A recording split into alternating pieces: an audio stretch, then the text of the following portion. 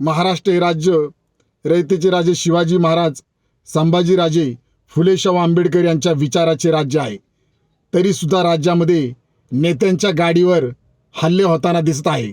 आजच आमदार जितेंद्र आव्हाड यांच्या गाडीवर हल्ला झाल्याची बातमी समोर येत आहे. मध्यंतरी अमोल मिटकरी यांच्या गाडीवर हल्ला झालेला आहे. हे अत्यंत चुकीचं आहे.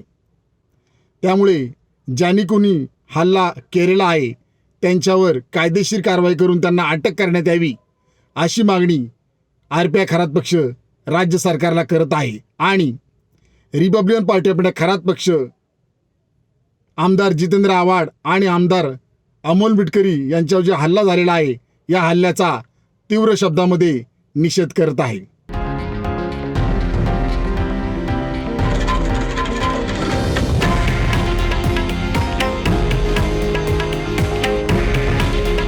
हे आहे देशातील नंबर 1 न्यूज नेटवर्क आणि आपण पाहत आहात TV9 मराठी. काळजी तुमची, हित महाराष्ट्राचं.